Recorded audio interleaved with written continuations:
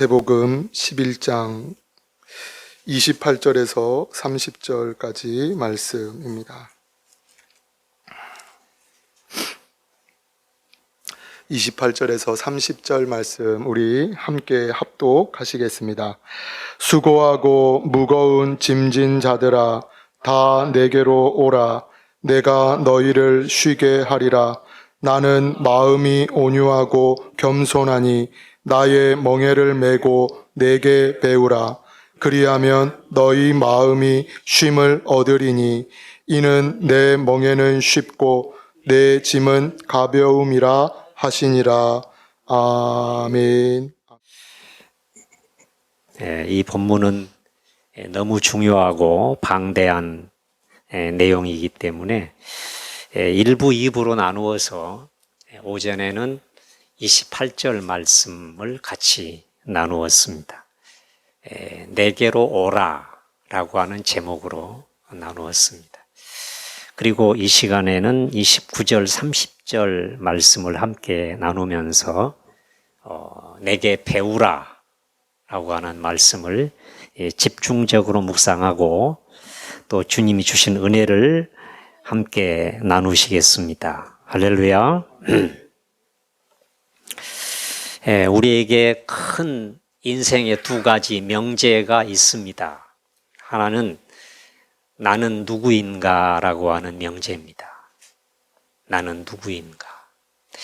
두 번째 명제는 나는 어떻게 살 것인가 라고 하는 명제입니다. 이건 대단히 중요한 큰 명제이면서도 수많은 사람들이 이에 대해서 막연하게 해답을 가지고 있고 또 그렇게 살아가고 있습니다. 다른 거는 다 배워서 아는 것 같은데 정작 나는 내 자신을 모릅니다. 내가 어떤 사람인지, 가장 취약한 면이 어떤 것인지, 하나님이 내게 주신 달란트가 또 내가 헤쳐나가야 할 삶의 방향이 어떤 것인가, 내 자신에 대해서 너무 모르는 거죠.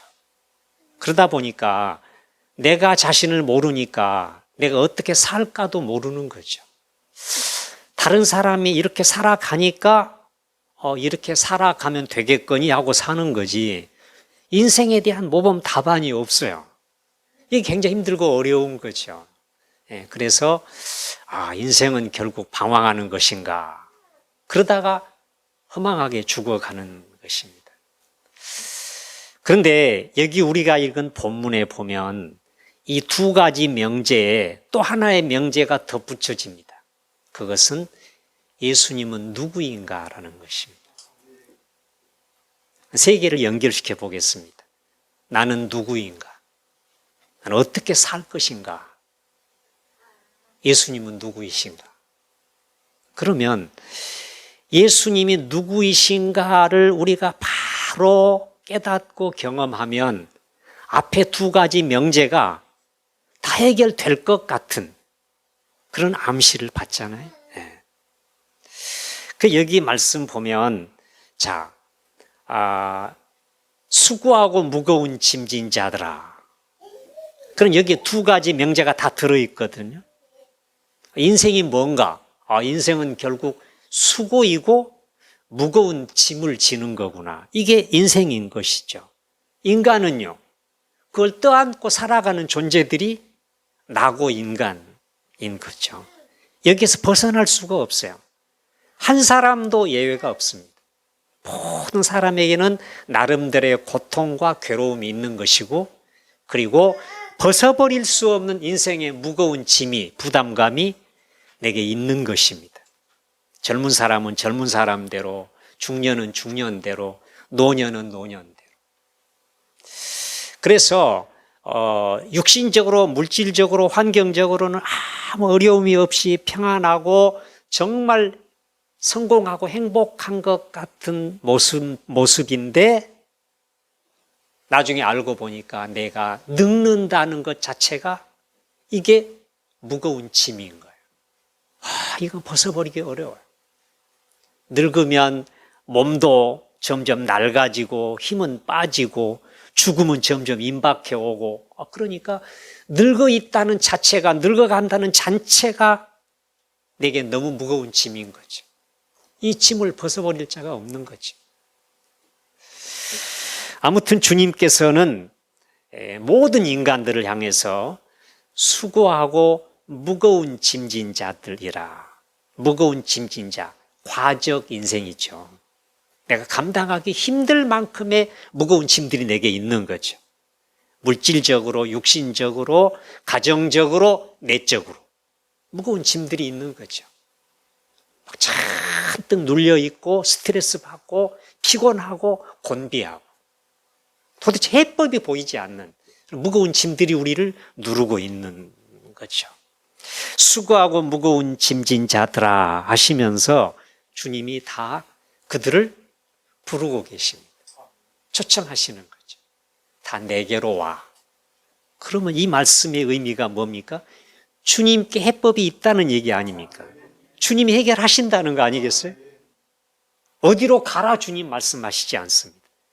자, 너희들 스트레스 많이 받으니까 등산을 해라. 골프를 쳐라. 노래방을 찾아가라. 주님이 그런 거 아니잖아요. 아니면 정신과 의사나 위대한 상담가를 찾아가라. 아니면 네가 스스로 실험해서 연구해가지고 방법을 찾아라. 그게 아니잖아요. 아주 주님은 단순하게 말씀하십니다. 내게로 와. 내게로 오라. 내게로 오라.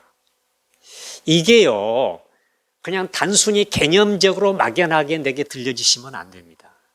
인격적으로 들려주셔야 합니다.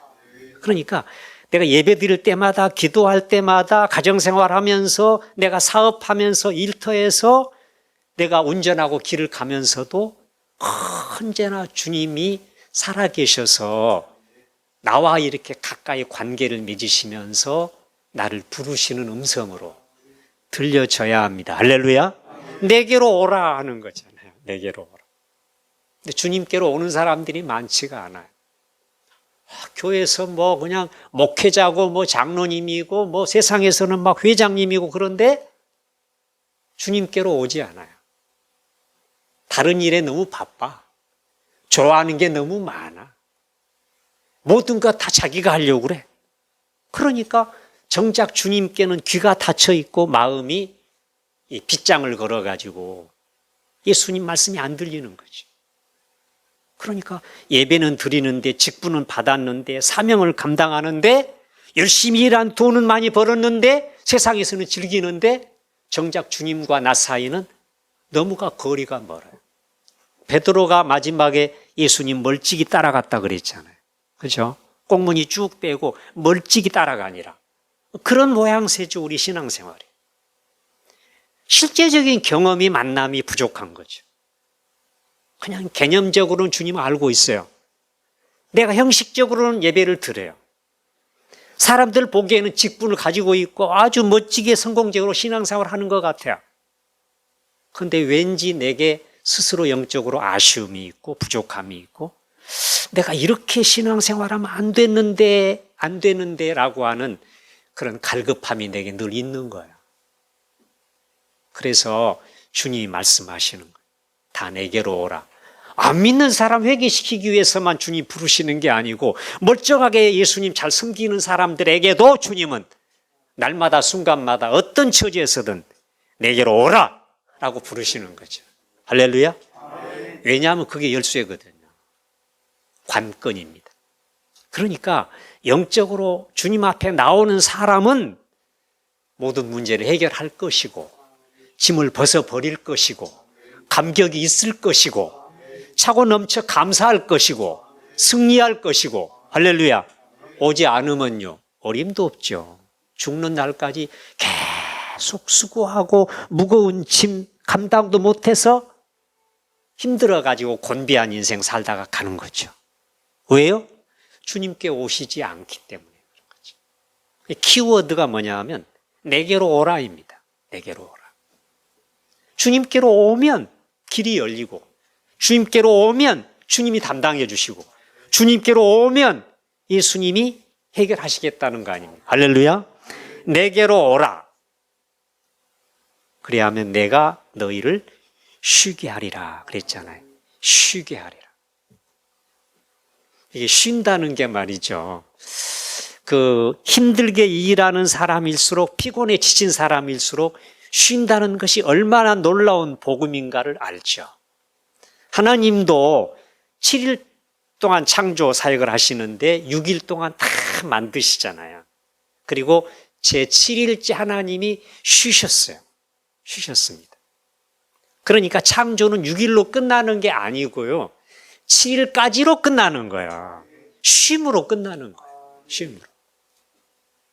그러니까 내게 아무리 수고가 있고 무거운 짐이 있어도 주님 앞에 나오면 예수님의 은혜로, 예수님이 나를 도와주심으로 나를 주님께서 해결책을 제시함으로 인해서 드디어 내가 쉼을 얻는다는 거죠.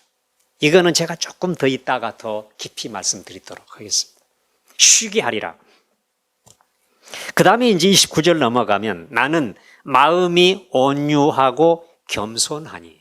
빌립보서 2장 5절에 보면 너희 안에 이 마음을 품으라 곧 그리스도 예수의 마음이니. 너무 중요한 요절이지 않습니까? 너희 안에 이 마음을 품으라 곧 그리스도 예수의 마음이니. 예수님 마음을 품으라고만 했지 예수님 마음이 어떤 마음인가는 여기 19절에 나옵니다. 그러니까 이거는 성경 전체 요절인 거예요. 예수님이 누구이신가에 대한 정답입니다. 예수님은 첫째가 온유하신 분이고 예수님은 겸손하신 분입니다. 온유하다는 말이 어려운 말이죠. 한자로는 따뜻할 온자하고 부드러울 유자예요. 따뜻하고 부드러운 거예요. 이게 한자어의 뜻이에요. 근데 원어의 뜻은 좀 다릅니다. 원어의 뜻은 길들여진다 그런 뜻이에요. 길들여진다. 그러면 어떻게 길들여지느냐? 내게 아무것도 없다. 그게 근원적인 뜻이고요. 내게 아무것도 없기 때문에 길들여지는 거야. 그러면 예수님이 하나님 아버지께 길들여진 자로 오신 거예요. 길들여진 자로. 그러니까 아버지께서 이제까지 일하시니 나도 일한다 라고 하는 요한복음 5장 17절의 말씀은 내가 지금 38년 된 병자를 고쳤는데 이건 내가 한 게 아니야.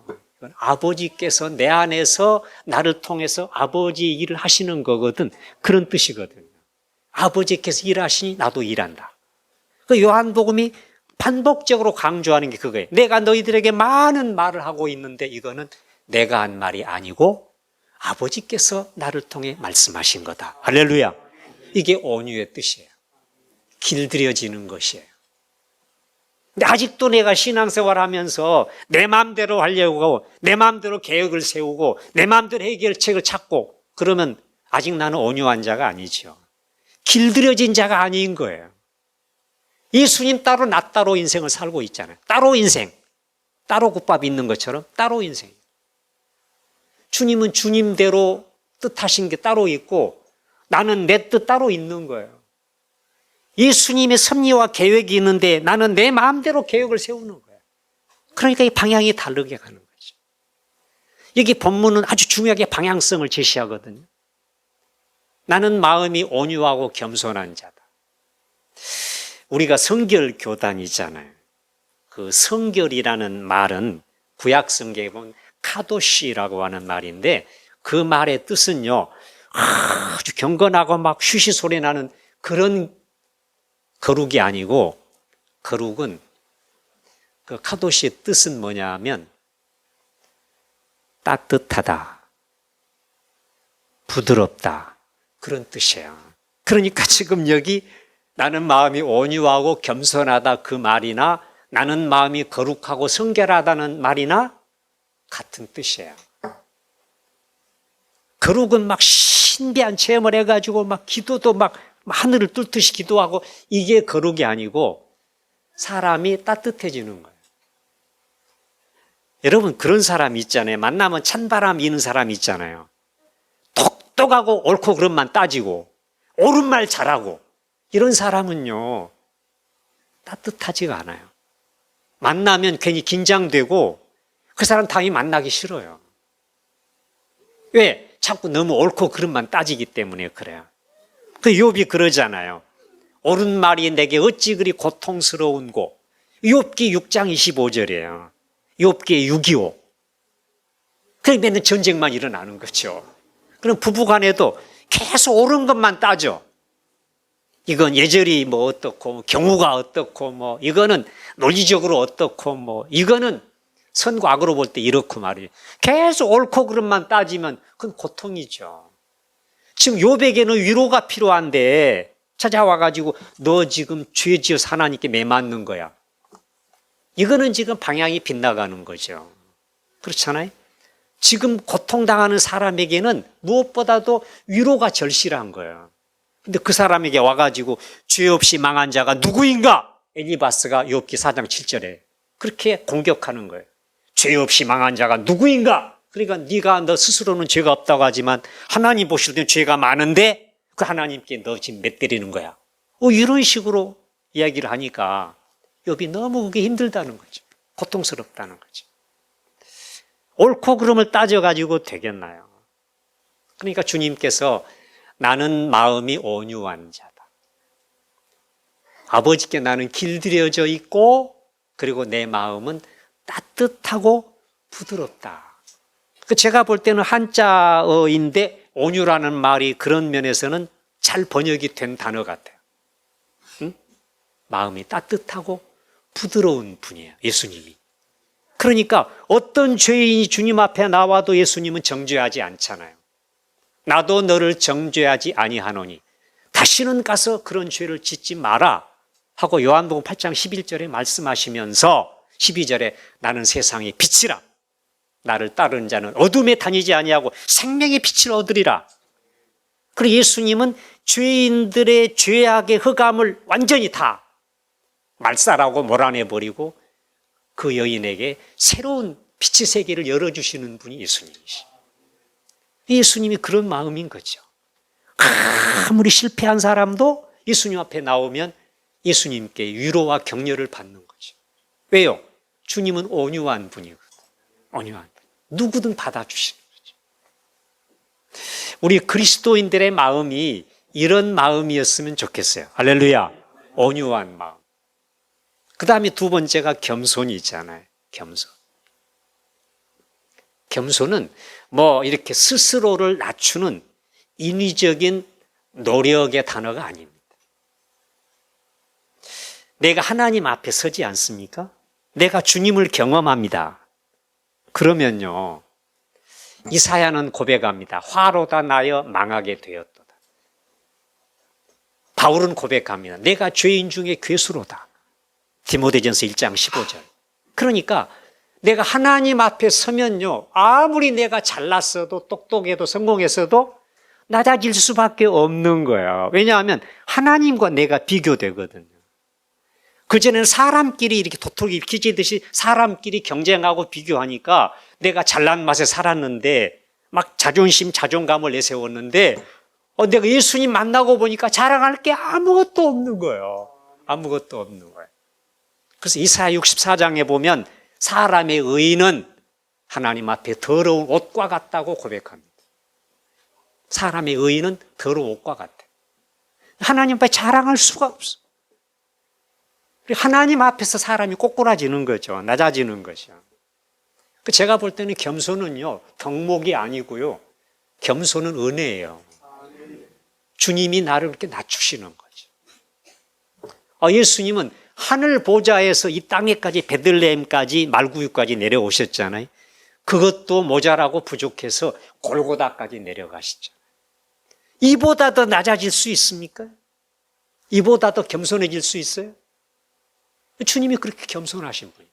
그러니까 이 세상에서 아무리 낮은 사람도, 아무리 죄 짓고 아무리 인생에 실패한 사람도 예수님 앞에는 아무런 꺼리낌 없이 나올 수 있어요. 왜냐하면 주님이 저 낮은 곳에 계시거든요.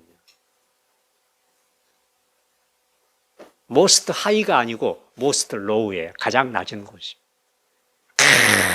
가장 낮은 곳 밑바닥에 가보면 주님이 그 자리에 계신 거죠. 주님. 그래서 우리가 세상에서 수많은 문제들이 대인관계에서 처세에서 수많은 문제들이 뭐예요? 교만 때문에 오잖아요. 교만 때문에. 특별히 남자들은, 동물도 수컷들은요, 서열 정하기의 명수잖아요. 남자들은 만나면요, 딱 한눈에 봅니다.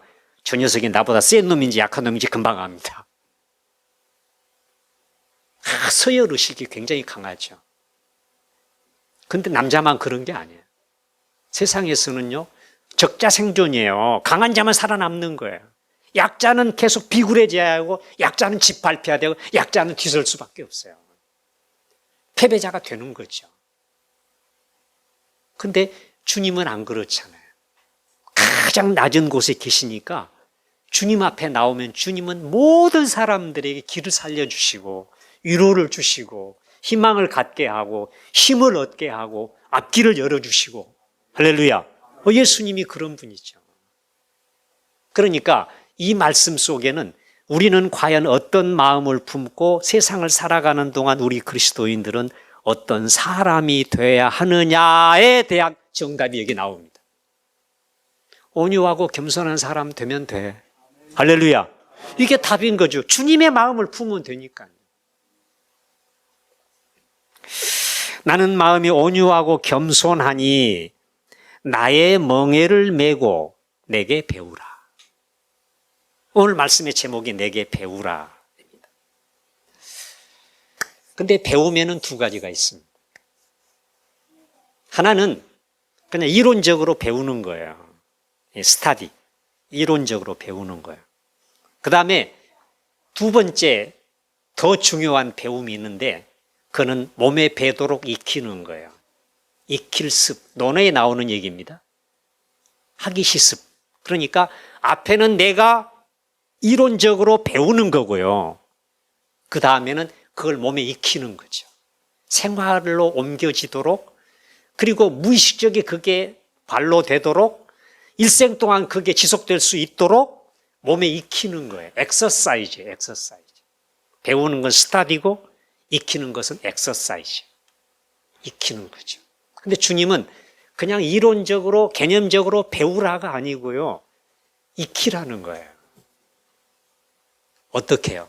주님의 멍에를 메고. 그러면 예수님 멍에가 아니고 내 멍에가 있었다는 얘기 아닙니까? 그러면 내가 주님께로 나오면 주님이 이렇게 우리나라의 사람인자 모양대로 된 멍에를 예수님이 벗겨버립니다. 벗겨버리고 이스라엘 사람들이 밭을 갈 때 두 마리 소를 이렇게 결의해가지고 딱 묶어가지고 일자 멍에를, 길다란 일자 멍에를 내게 합니다. 그래서 두 마리 소가 함께 이렇게 걸어가면서 밭을 가는 거예요. 그러니까 지금까지 네가 살아왔던 너 홀로의 인생의 멍에를 내가 벗겨버리겠다. 이제부터는 네가 나와 동행하는, 내가 너와 함께하는 인생을 살게 하리라. 할렐루야. 지금 이게 아닙니까? 이거 아닙니까? 이게 놀라운 복음입니다. 복음이에요. 사람이 좀 배우고 젊고 지성인이고 세상에 좀 성공했다는 사람들은요, 얼마나 자신감이 충만한지 모릅니다.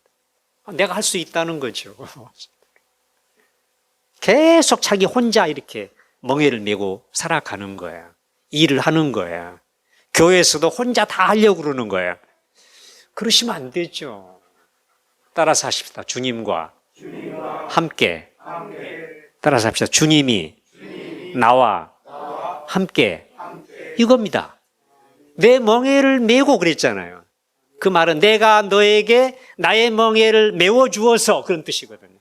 내가 너에게 네 멍에 아니고 일자로 된 나의 멍에를 내가 너에게 메워주겠다. 그 멍에가 뭐죠? 십자가. 십자가는요, 신약에만 나오는 게 아닙니다. 십자가는 창세기부터 나와요. 십자가 단적으로 구약에서는 뭔 줄 아십니까? 광야입니다. 광야입니다. 광야가 십자가로 직통합니다. 하나님께서 이스라엘 백성들을 광야로 인도하신 목적이 신명기 8장 2절에 기록되어 있어요. 내가 이 백성들을 광야로 이끈 것은 두 가지 이유, 목적. 하나는 너희들을 낮추고, 두 번째는 너희를 시험하여 너희가 과연 내가 명하는 말씀대로 행하는지 순종하는지 그걸 알려 합니다. 그게 광야입니다. 이게 십자가거든요. 십자가거든요. 예수님에게도 이 같은 의미고요. 오늘 우리들에게 똑같은 동일한 의미입니다. 십자가예요. 그래서 이제는 내가 시퍼렇게 살아가지고 세상적인 모든 방법을 동원하고 사람을 의지하고 전문가를 의지하고 이렇게 모든 문제를 해결하려고 했던 내 멍에를 이제는 벗어버리는 거죠. 아니, 내가 벗는 게 아니고요. 주님 앞에 나오잖아요. 정말 영적으로 인격적으로 내가 주님 앞에 나오지 않습니까? 그러면 주님이 내 멍에를 벗겨버리십니다. 그 얘기는 뭐냐면 그때부터는 예수님이 내 안에 인생의 주인이 되시는 거죠. 그리고 내 모든 생각, 감정, 의지, 모든 판단, 삶을 예수님 그때부터 핸들링 하십니다. 조종하십니다. 지금 그 말씀하고 있는 거예요. 내가 너에게 이제는 새로운 멍에를 내줄 거야. 그 멍에가 뭔 줄 알아? 그게 십자가거든. 고린도전서 1장에서 바울이 강력하게 강조하고 고백하는 게 뭐냐 하면 십자가의 도가 멸망하는 자들에게는 미련한 것이요 구원을 받는 우리에게는 하나님의 능력이라. 할렐루야. 그 다음에 이어서 예수 그리스도의 십자가는 하나님의 능력이요 하나님의 지혜니라. 할렐루야. 우리가 볼 때는 언뜻 십자가는 미련한 것처럼 보이는 거죠. 십자가를 지고 산다는 것은 기도 펴지 못하고 바보처럼 살아가고 맨날 손해보고 그런 실패 인생의 대명사처럼 십자가가 느껴지는 거죠. 근데 그게 아닙니다. 그 반대입니다. 내가 십자가의 의미를 바로 깨닫고 십자가의 복음을 바로 내가 이해하고 정말 내가 십자가의 복음 아래 사로잡히면 그때부터 내 삶이 달라지는 거죠. 이제 내 방법을 동원하지 않습니다. 내 지혜를 강조하지 않습니다. 사람을 의지하지 않습니다. 어떤 전문가도 의지하지 않습니다. 너희는 모든 사람이 하는 말을 네 마음에 두지 말지니라. 전도서 7장 21절입니다. 사람들의 말을 마음에 두지 않습니다. 누가 무슨 얘기해도 아무리 어떤 사람이 전문가가 얘기를 해도 나는 하나님 앞에서 기도합니다. 하나님, 저에게 말씀해 주세요. 주님, 저를 인도해 주십시오. 할렐루야. 이게 답이지, 이게 방향이지, 이게 목적이지 사람들 말 듣지 않는 거죠. 사람들 말에 휘둘리지 않는 거죠. 사람들 말 때문에 상처받지 않는 거죠. 사람들의 이 말 때문에 사람들이 너무 피곤한 거죠. 상처 많이 받고요. 그런 말 때문에 사람들이 죄까지 지어요, 마음속으로. 주님께서 말씀하십니다. 내가 이제는 너에게 새로운 멍에를, 십자가의 멍에를 매줄 거야. 그러면서 네가 나를 배우게 할 것이다. 온유하고 겸손한 내 마음을 너도 갖게 할 것이다. 할렐루야. 예수님이 하시게 하겠다는 거죠. 이게 그리스도인의 뜻이에요. 그리스도의 것, 크라이스트맨. 이제 내가 예수 그리스도의 사람이 되는 거죠. 그러니까 내가 예수님과 합의를 이루고 내가 예수님과 하나 되고 내가 예수님과 함께 살아가니까 예수님 마음이 내 마음이 되는 것이고 예수님 멍에가 내 멍에가 되는 것이죠. 내가 일자 멍에를 같이 예수님과 메고 이제 둘이 걸어가는 거예요. 한쪽은 주님이 이제 메고 가시고 이제 한쪽에는 내가 함께 이제 멍에를 메고 밭을 가는 거예요. 그러면 나는 작은 자고 나는 주님 앞에 너무 무력한 자입니다. 주님의 능력에 비하면 나는 너무 무력하고 너무 작은 자입니다. 내가 명색이 예수님과 동행하는 거지 내가 그저 그냥 인간적으로 볼 때 주님과 동행하는 거지 이건 사실은 99% 주님이 다 하시는 거예요. 나는 그냥 오케이 하고 그냥 받아들이고 그냥 따라가는 거지 내가 주님과 50% 나눠가지고 대등하게 그게 아니라니까요. 아니라니까. 기도를 많이 할수록 성경을 깊이 볼수록 그게 아닙니다. 99%는 주님이 하셔요. 주님이 하세요. 나는 그냥 아멘하고 받아들일 뿐이에요. 예수님 잘하십니다 하고 찬양할 뿐이에요. 예수님 도와주시고 예수님 은혜였어요 라고 나는 고백할 뿐이에요. 내가 한 게 뭐가 있어? 내가 한 게 뭐가 있어? 아무것도 없어, 알고 보니까. 그저 내가 믿음이 작을 때는, 체험이 일천할 때는 내가 뭐 꽤나 뭐 한 것 같아. 내가 교회 봉사를 얼마나 많이 했는데, 내가 헌금 얼마나 많이 바쳤는데, 막 이랬어요. 근데 나중에는 그러는 거예요.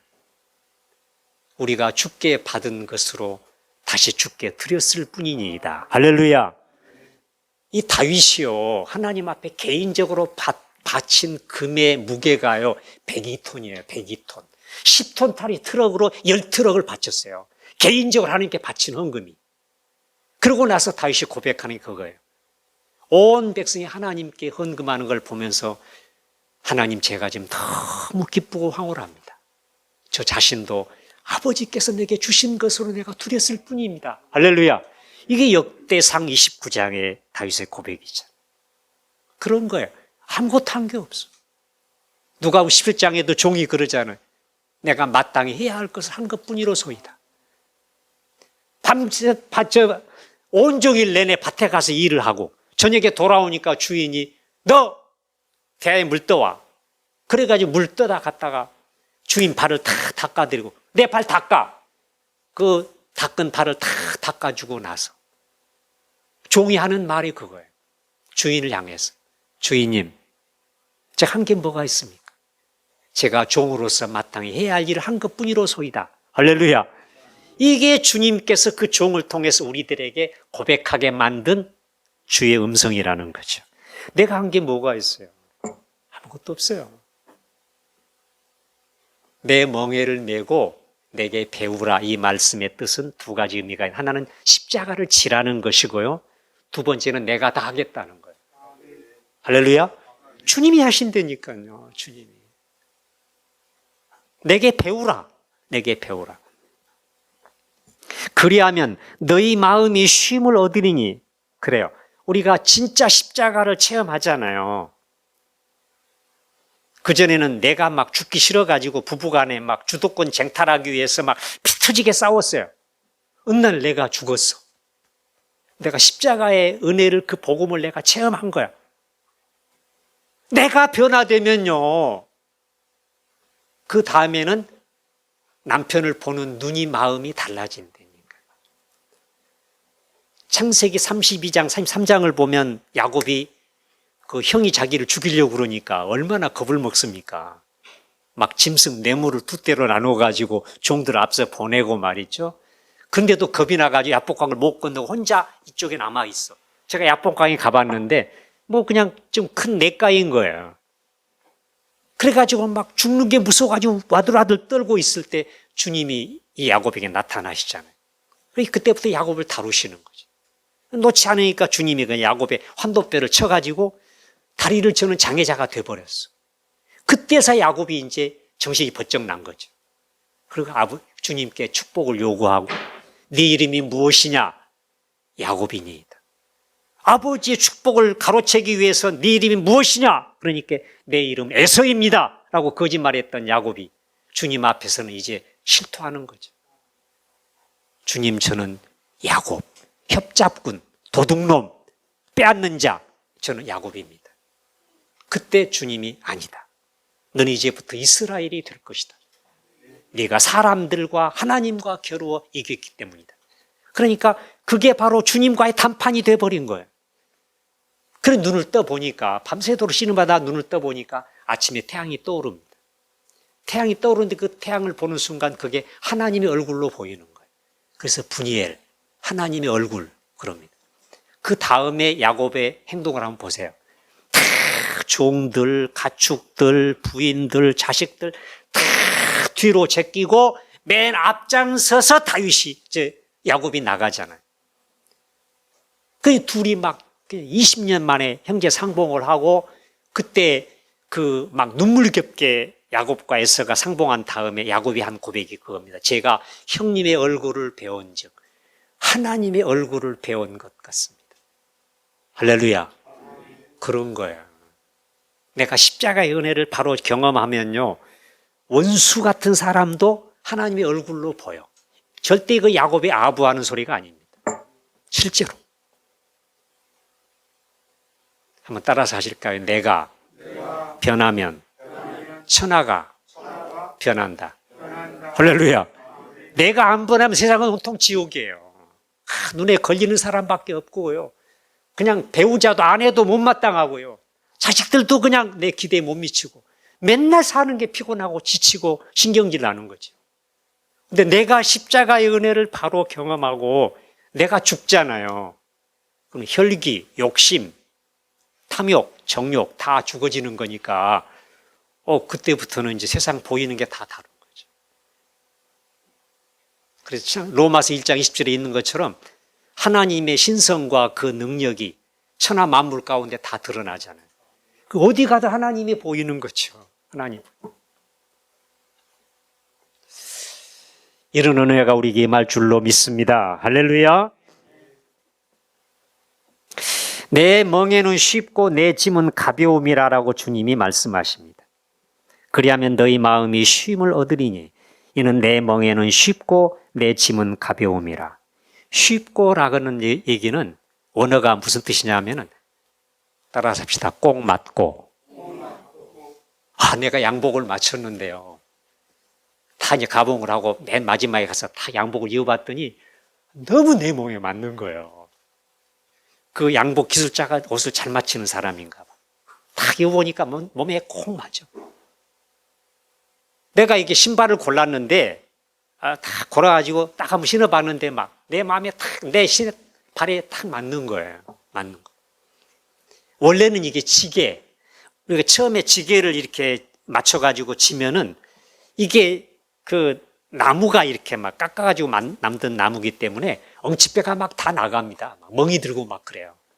그러다가 한 1년, 2년, 3년 지나면은 나무는 나무대로 달아지고 나는 내 나름대로 이제 이게 엉치뼈가 좀 굳어지고 그래가지고 지게를 쳐도 아무 거부감이 없는 거죠. 이 그런 뜻이거든요. 십자가는 그야말로 네게 꼭 맞아. 꼭 맞아. 네가 네 지혜로, 네 혈기로, 자존심으로 네가 아무리 잘났다고 우쭐대고 쏘달아 다녀도 모든 일을 행해도 네 마음에 꼭 맞지 않을 걸.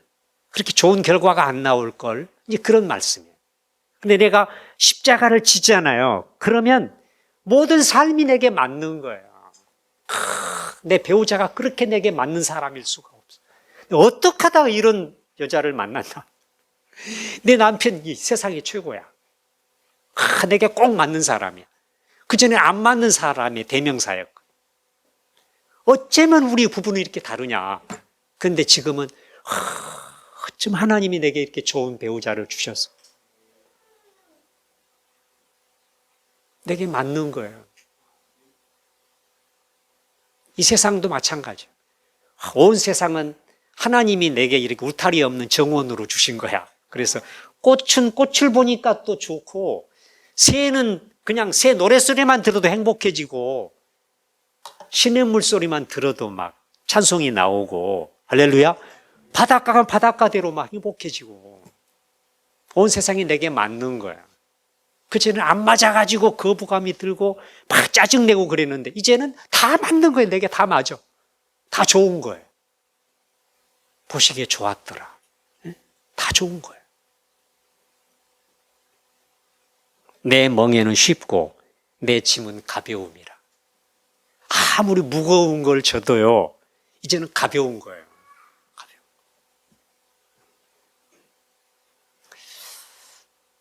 제가 무거운 짐 말씀하셨는데 거기에 대한 마지막 답이 여기 나옵니다.